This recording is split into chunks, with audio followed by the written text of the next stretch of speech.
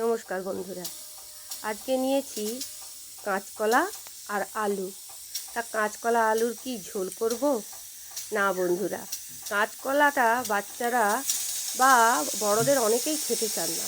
তাই এই কাঁচকলা আর আলু দিয়ে আমি এমনই একটা মুখরোচক পদ বানাবো যেটি কেউ বুঝতেই পারবে না যে এটা কী খাচ্ছে। তা এই কাঁচকলাগুলোকে গোটা বখাগুলো কেটে নিয়ে আর আলুকে, এখন যেহেতু শীতের আলু, ছাল সেরকম নেই, তাই এগুলোকে প্রেসার কুকারে ভালো করে সেদ্ধ করে নেব। দেখুন, কলা সেদ্ধ করে নিয়েছি।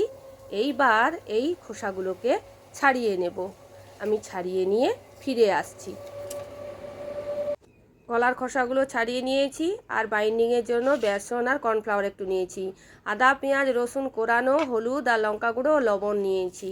এইটি এর সঙ্গে ভালো করে মাখিয়ে নিতে হবে।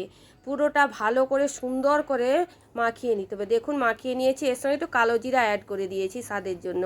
এবার চাটুতে তেল গরম হয়ে গেছে। এবার তেলের মধ্যে হাতে এরকম গোল গোল বল গড়ে গড়ে এবার টিকিয়ার মতো শেপ দিয়ে একটার পর একটা ভেজে নিচ্ছি। এই টিকিয়াগুলোকে ভাজলে অল্প তেলেই ভাজা যায়, আর এগুলো ডিপ ফ্রাই করলে অনেক তেল খরচা হয়। তা আমরা কম তেলে ভাজা জিনিস খাবো, তাই এই জিনিসগুলোকে আমরা এইরকম টিকিয়ার মতো করে গড়লে কম তেলেই হয়ে যায়। এই সুন্দর টিকিয়াগুলো আমার তৈরি করা হয়ে গেছে। এইবার এইগুলিকে তুলে নিয়ে রাখবো আমি। এবার কড়ায় অল্প তেল দিয়েছি গোটা গরম মশলা, তারপর দিয়ে দিচ্ছি রসুনটাকে ভালো করে কষে নিতে হবে। রসুনটা কষিয়ে নিচ্ছি। এবার পেঁয়াজ বাটা আর আদা বাটা দিয়ে দিচ্ছি, যেটা মিক্সিতে বেটে নিয়েছিলাম। এইটি দেওয়ার পর এর মধ্যে দিয়ে দিচ্ছি এর মধ্যে দিয়ে দিচ্ছি কাশ্মীরি লঙ্কার গুঁড়ো, হলুদ গুঁড়ো।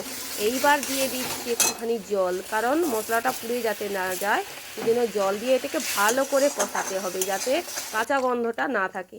এইবার টিকিয়াগুলো সেদ্ধ করার জন্য পরিমাণ মতো জল এবং লবণ দিয়ে দিয়েছি স্বাদ অনুযায়ী। তারপর টিকিয়াগুলো দিয়ে দিয়েছি। লাস্টে টিকিয়াগুলো একটু ধরে গিয়েছিল, যার জন্য একটু কালো কালো হয়ে গেছে।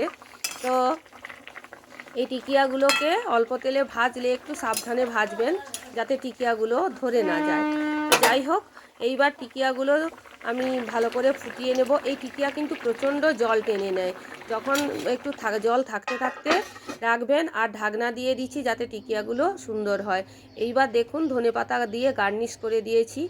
খাওয়ার সময় কেউ দেখে বলবে না যে এটা কি খাচ্ছে। আপনি বলে না দিলে বুঝতেই পারবে না যে এটা কলার ধোকা বা কলার টিকিয়া কারি খাচ্ছে। কেমন লাগলো জানাবেন কিন্তু, আর চ্যানেলটাকে সাবস্ক্রাইব করতে ভুলবেন না।